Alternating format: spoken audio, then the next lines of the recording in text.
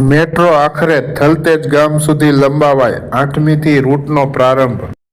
આરોપીને છાવરવા બદલ head constable બાદ ભરતનગરના તત્કાલીન પીઆઈ સસ્પેન્ડ. ભાવનગર જિલ્લામાં દૈનિક સરેરાશ 15,000 સભ્યોનું થતું ઈ-કેવાયસી.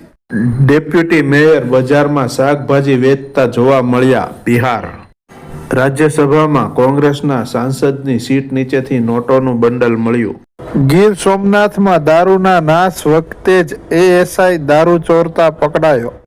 બોટાદના રાણપુર તાલુકામાં વગર પરવાને ચિકન વ્યવસાય કરવા બદલ 8 કેસ દાખલ. પોરબંદરમાં કેસર કેરીનો કિલોનો 1251નો રેકોર્ડ બ્રેક ભાવ ઉપજ્યો. બીડી પીવાથી હાર્ટ એટેક આવે તેમ કહી ક્લેમ નકારી શકાય નહીં. ગુજરાતી વાહન ચાલકો દરરોજ સરેરાશ 37 લાખનો દંડ ચૂકવે છે. અમદાવાદની અસરવા સિવિલ હોસ્પિટલ ખાતે કેન્સરના દર્દીઓને દર વર્ષે 3.50 લાખથી વધુ મોર્ફિનની ગોળી પૂરી પડાય છે. વિદેશી સિગારેટની ડિમાન્ડ. ગુજરાતમાં 4 વર્ષમાં 85 કરોડની સિગારેટ જપ્ત.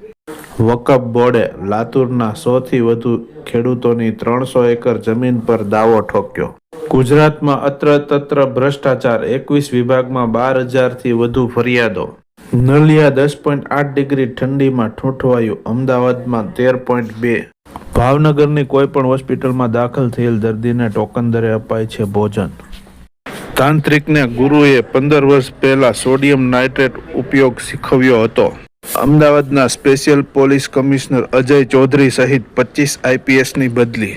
શું તમે ટેન્શનમાં છો? આ પાડનારા 100થી વધુ કર્મચારીઓને કંપનીએ તગેડી મૂક્યા.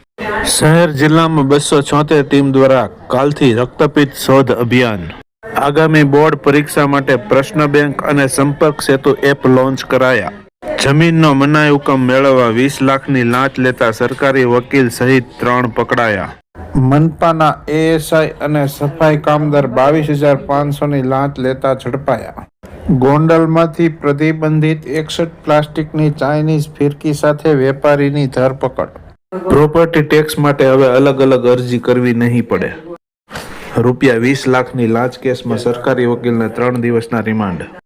સુપ્રીમે અકસ્માત પીડિતાનું વળતર 11 લાખથી વધારી 50 લાખ કર્યું. 2 લાખની લાંચ લેતા પકડાયેલ સરકારી કર્મીને ત્યાં 100 કરોડની સંપત્તિ મળી.